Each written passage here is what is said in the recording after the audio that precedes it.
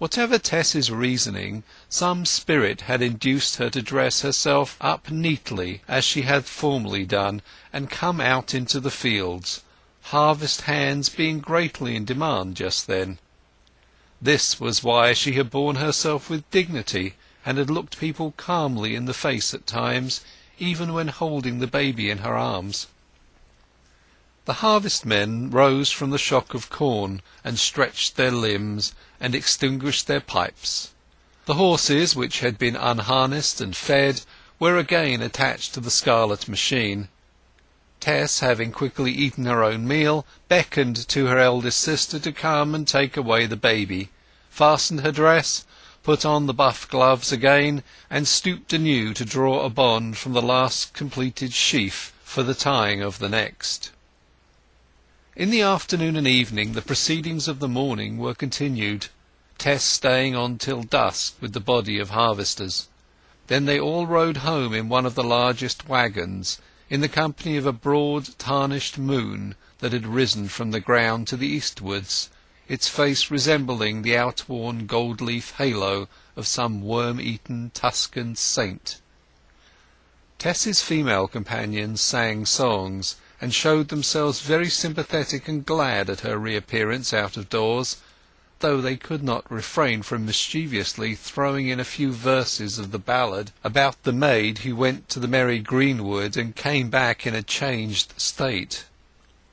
There are counterpoises and compensations in life, and the event which had made of her a social warning had also for the moment made her the most interesting personage in the village to many. Their friendliness won her still further away from herself. Their lively spirits were contagious, and she became almost gay. But now that her moral sorrows were passing away, a fresh one arose on the natural side of her which knew no social law. When she reached home it was to learn to her grief that the baby had been suddenly taken ill since the afternoon. Some such collapse had been probable, so tender and puny was its frame, but the event came as a shock nevertheless. The baby's offence against society in coming into the world was forgotten by the girl-mother. Her soul's desire was to continue that offence by preserving the life of the child. However, it soon grew clear that the hour of emancipation for that little prisoner of the flesh was to arrive earlier than her worst misgivings had conjectured. And when she had discovered this, she was plunged into a misery which transcended that of the child's simple loss. Her baby had not been baptized.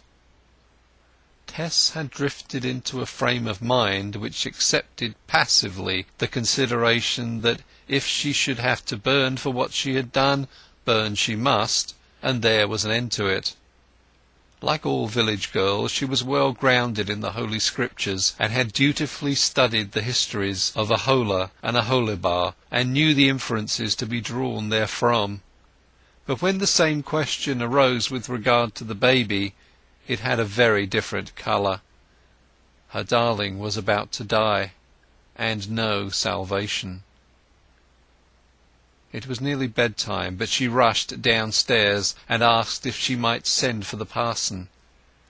The moment happened to be one at which her father's sense of the antique nobility of his family was highest, and his sensitivities to the smudge which Tess had set upon that nobility most pronounced, for he had just returned from his weekly booze at Rolliver's Inn. No parson should come inside his door, he declared, prying into his affairs just then, when by her shame it had become more necessary than ever to hide them. He locked the door and put the key in his pocket. The household went to bed, and distressed beyond measure, Tess retired also.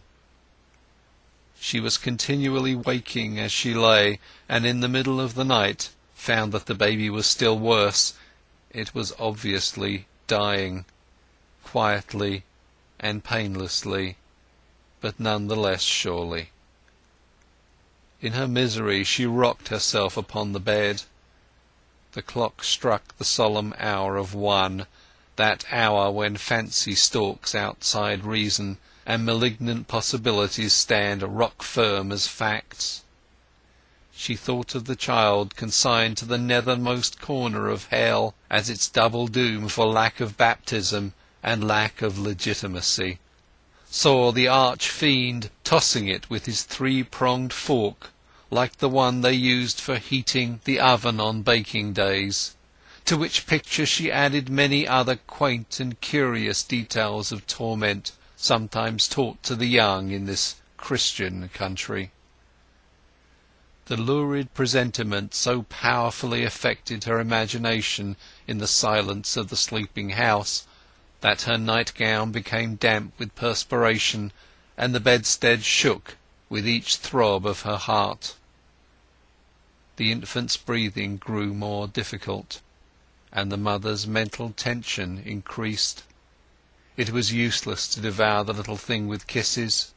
She could stay in bed no longer, and walked feverishly about the room. "O merciful God, have pity upon my poor baby!" she cried. "Heap as much anger as you want to upon me, and welcome, but pity the child." She leant against the chest of drawers, and murmured incoherent supplications for a long while, till she suddenly started up. "Ah! Perhaps baby can be saved. Perhaps it will be just the same." She spoke so brightly that it seemed as though her face might have shone in the gloom surrounding her. She lit a candle, and went to a second and a third bed under the wall, where she awoke her young sisters and brothers, all of whom occupied the same room. Pulling out the washing-stand so that she could get behind it, she poured some water from a jug, and made them kneel around, putting their hands together with fingers exactly vertical, while the children, scarcely awake, awe-stricken at her manner, their eyes growing larger and larger, remained in this position. She took the baby from her bed, a child's child, so immature as scarce to seem a sufficient personality to endow its producer with the maternal title. Tess then stood erect with the infant on her arm beside the basin. The next sister held the prayer book open before her, as the clerk at church held it before the parson, and thus the girl set about baptizing her child.